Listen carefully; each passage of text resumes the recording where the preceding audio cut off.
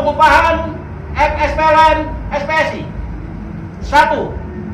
Untuk masing-masing daerah, usulan Profesor Payaman dipertimbangkan dan atau dapat ditambah dengan kenaikan inflasi akibat kenaikan BBM.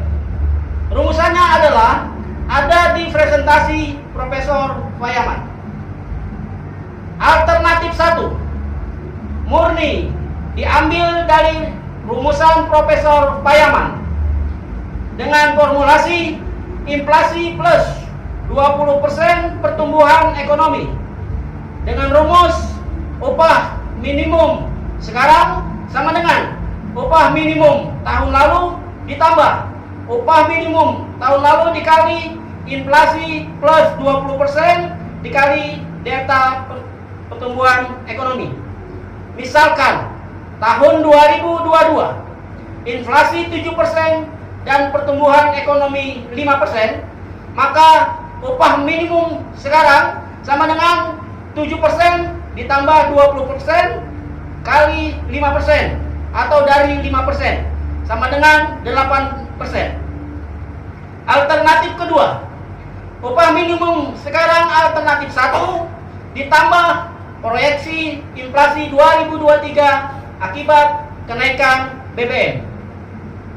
2. Perhitungan berdasarkan kondisi saat ini. Upah minimum sekarang sama dengan upah minimum tahun lalu ditambah inflasi ditambah pertumbuhan ekonomi ditambah kenaikan harga akibat kenaikan harga BBM. Misal inflasi sama dengan 7%, pertumbuhan ekonomi sama dengan 5%, asumsinya adalah kenaikan harga BBM sebesar 30% akan menaikkan inflasi sebesar 1,68%. Artinya setiap kenaikan BBM 10% akan menambah kenaikan inflasi sebesar 0,56%. Dapat direferensi https www.cnbcindonesia.com/news/ekonomi ungkap efek kejutan dari kenaikan harga BBM, sehingga upah minimum 2023 harus naik sebesar 13,68%. 3. Upah minimum ditentukan berdasarkan hasil survei yang dilakukan oleh Dewan Pengupahan masing-masing daerah, karena survei menghasilkan angka yang pasti berdasarkan keilmuan. 4. Berdasarkan Undang-Undang Nomor 20 Tahun 2008 tentang usaha mikro, usaha kecil, usaha menengah, dan usaha besar, maka harus ada perbedaan dalam menentukan upah minimum, di mana tidak adil jika perusahaan kecil disamakan dengan perusahaan besar. 5. Pada kenyataannya, perusahaan-perusahaan dalam kategori usaha menengah besar, kenaikan upahnya mengikuti kenaikan upah minimum. Harus ada pengaturan dan perhatian dari pemerintah agar perusahaan-perusahaan besar dalam menentukan upah bagi pekerja di atas 1 tahun tidak berdasarkan upah minimum, tetapi berdasarkan struktur dan skala upah yang dirundingkan. 6.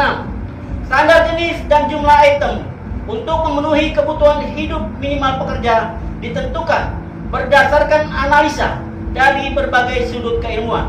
Oleh karena itu, sebaiknya nilai upah minimum ditentukan dengan melibatkan pakar atau akademisi di berbagai bidang ilmu, antara lain ekonomi, gizi, psikologi, sosiologi, kesehatan, dan lain-lain. Sebagai contoh, untuk usaha mikro dan kecil, upah minimumnya dapat berdasarkan kebutuhan fisik minimum. Usaha menengah, upah minimumnya dapat berdasarkan kebutuhan hidup minimum.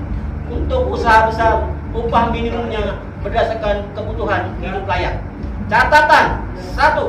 Upah minimum dibedakan berdasarkan kemampuan sektor usaha. 2. Upah minimum dapat dibedakan berdasarkan kemampuan skala usaha. 3. Upah minimum dapat dibedakan berdasarkan taraf hidup kemakmuran dan kemajuan ekonomi wilayah atau negara. 7.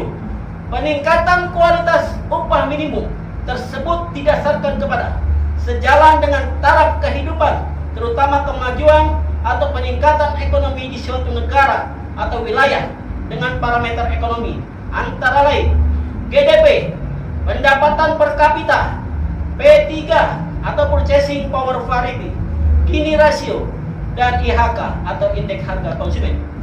8.